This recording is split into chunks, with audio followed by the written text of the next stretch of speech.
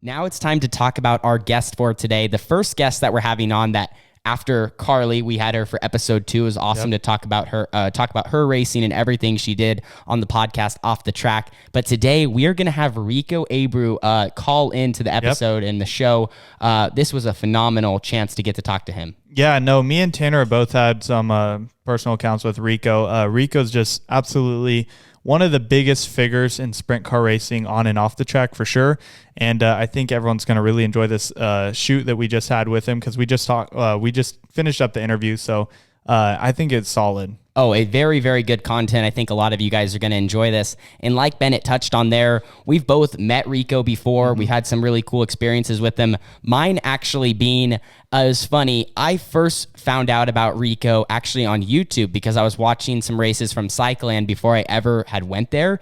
And he had won the QRC Cup, which like at the time, that was the biggest event, super cool trophy. And I believe it was in like open intermediate or 250. But Rico wins this race. I believe it was actually a pretty good finish. He burns it down in the infield, and that was on Carl Wilson's YouTube channel, which like back then, that was the guy who filmed everything in Outlaw Karts, like 2009, 2010, 2011.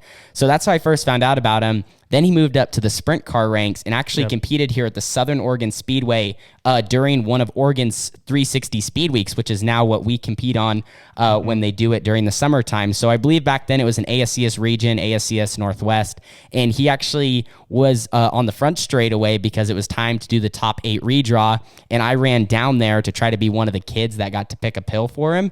And fortunate enough, I got lined up with Rico. I drew him the 1. And then he actually went out and won the feature from the pole, and I got a victory lane photo with him and a couple of my buddies. So that's how I really met Rico. That night, he gave us a bunch of free merchandise and all that. It was incredible. And then we saw him a couple more times as he came back to Red Bluff over and over to compete maybe once or twice a year. So I know you also have a pretty cool experience on how you first met Rico. So I remember growing up in the kart divisions, when we were learning the setups and whatnot, Karen Bloom, actually, so that's Keith Bloom's mom, and a lot of people know if you're in the karting world, Keith Bloom. The winningest driver in Red Bluff Outlaw history. And you're right behind him. One more win. We're one win behind him. But tying him for most wins, right? Yeah, he has 40, and we got 39, so we're pretty close. So anyways, Karen Bloom, absolutely one of the best people to ever set up an outlaw kart. Her duo with Carl Pavlik in building a kart and Keith driving, it was a phenomenal trio. And we actually would go over to her house on Friday nights, and we would have things called scale parties. So what it is a bunch of people would go over and we would scale the race cars. Well, Rico at the time when he was with, I think it was Tanner Thorson on his team, Abreu Vineyards and stuff, they would come over and help scale and whatnot. And I think at one time we had a backyard track out at Karen's house, and we would run yard carts, and they were just torn down, no cages or nothing, but no, super cool to be able to race at Red Bluff when Rico was still racing at Red Bluff in the outlaw karts. And one of my it's not a good memory for sure, but it's one of the craziest memories.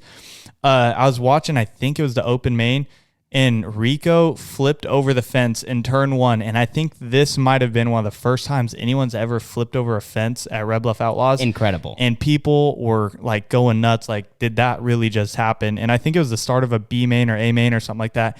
And he just went right over the fence. He was all good and everything. But that's probably one of the first viral videos from karts as well, because you can still find it on YouTube. But yeah, he just hopped a right rear going into 1.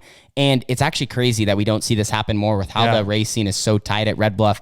But Rico gassed up, and I believe a car in front of him was off the pace or something, and he just hopped the right rear and flew over the turn 1 fence. And that was when he first got started, and then after that made the transition up through the open class, through Cycleland, and then into the sprint car world.